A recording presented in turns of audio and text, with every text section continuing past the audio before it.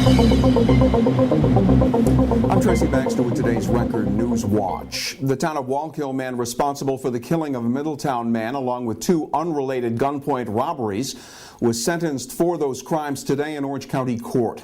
21-year-old Atik Weston was sentenced by Judge Robert Freehill to a total of 15 years in prison for a crime spree that dated back to April 30th, 2008.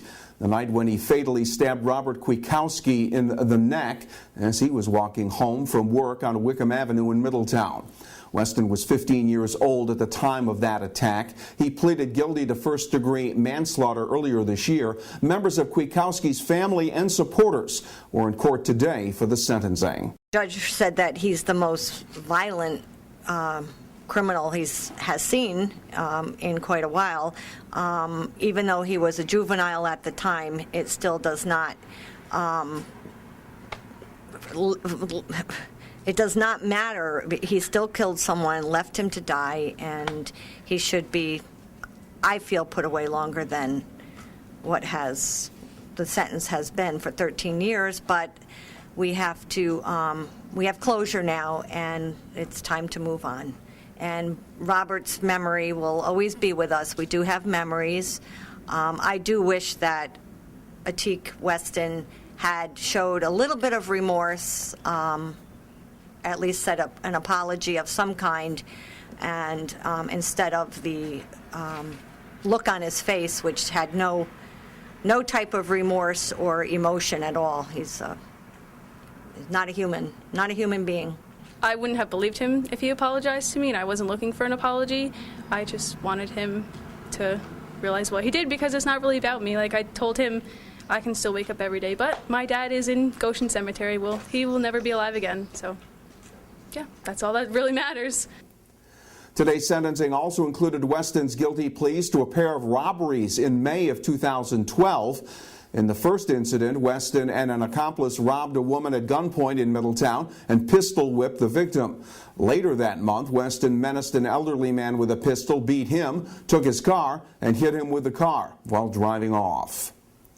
There was tragedy in the region over the weekend as a man jumped to his death off the Newburgh-Beacon Bridge Saturday afternoon, and emergency responders resumed their search on the Hudson River today for the body of a man who reportedly jumped from the Bear Mountain Bridge Sunday evening. A witness had called 911 to say she had witnessed a man jump off that span. Then back on Saturday, police say a man jumped out of a slow-moving car and over the railing of the Newburgh-Beacon Bridge. His body was recovered a short time later. Police identified him only as a 48-year-old Newburgh man. A Middletown woman will be back in court July 7th following her arraignment on charges she stole more than $55,000 worth of housing voucher subsidy checks. 42-year-old Shauna Lucas is accused of taking the money from people receiving rental assistance subsidies while she was employed as a caseworker at a Pathstone Housing Choice Voucher Program in Middletown, an agency that provides services to low-income families. Lucas is under indictment on felony charges of grand larceny, falsifying business records, forgery, and tampering with physical evidence. A Monroe woman will be back in court July 3rd following her arrest for setting a fire at the front of a residence in the town of Wallkill back on April 11th. 40-year-old Leona Christie was charged with fourth-degree arson and was released pending the results of the upcoming court appearance. Police say the front of a house was damaged at number 25 Heritage Crossing. A witness had told police she saw the bushes in front of the residence on fire and someone running toward a waiting vehicle. An Ulster County man will be sentenced in July after a jury convicted him of torturing and injuring animals. 65-year-old David Delisio of Olive Bridge was found guilty after charges were filed following a fire in a barn at his property that took the lives of 21 dogs. Emergency responders testified that the dogs had been housed in a room in the barn that measured no more than 23 by 25 feet. At the time of the June 7th blaze, firefighters discovered piles of feces, garbage, and the rotting carcass of a dog that Delisio said had died about a month prior to the fire. Apparently, there won't be a tuition increase after all for students attending SUNY Ulster next fall. Ulster County Executive Mike Hein says his office, the legislature, and college leadership have identified areas of savings that will prevent a SUNY Ulster tuition hike.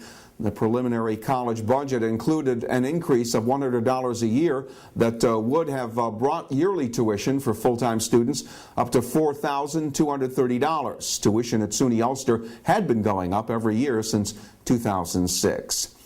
And things were really fishy on Main Street in Livingston Manor Saturday as folks gathered to take in the sights and sounds of the 11th annual Trout Parade. The event not only celebrates the community's trout fishing heritage, but it also gives those who get involved a chance to show off a little creativity. Parade participants included professional musicians, dancers, puppeteers, and members of local organizations getting into the act. Parade and Arts Festival sponsored by the Livingston Manor Chamber of Commerce and the Catskill Art Society. Proceeds from donations plus the sale of parade merchandise help support Livingston Manor school groups and the Catskill Arts Center. It'll feel more humid out there this week. Tomorrow will be mostly sunny and hot, with temperatures getting up around 90 degrees. Wednesday will be partly sunny, with a chance of showers, and the highs will be in the upper 80s. We'll get an edge on the day by starting it with the Times-Herald Record. And anywhere news breaks, you will find it here at Record Online. For Record Newswatch, I'm Tracy Baxter.